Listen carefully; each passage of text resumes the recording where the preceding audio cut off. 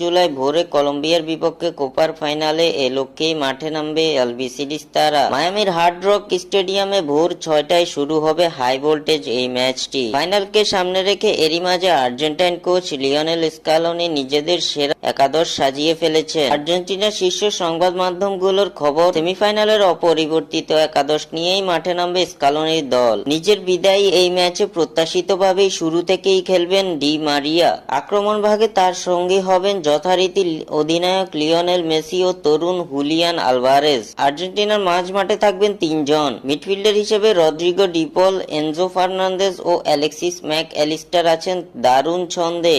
রক্ষণভাগ সামলানোর কাজে থাকবেন Gonzalo Montiel, Cristian Romero, Lisandro Martinez ও নিকোলাস তাগলিয়াফিকো। কোপা আমেরিকার ফাইনালে আর্জেন্টিনার সম্ভাব্য একাদশ: গোলরক্ষক এমিলিয়ানো মার্টিনেজ, রক্ষণভাগ গঞ্জালো মন্টিয়েল, ক্রিস্টিয়ান রোমেরো,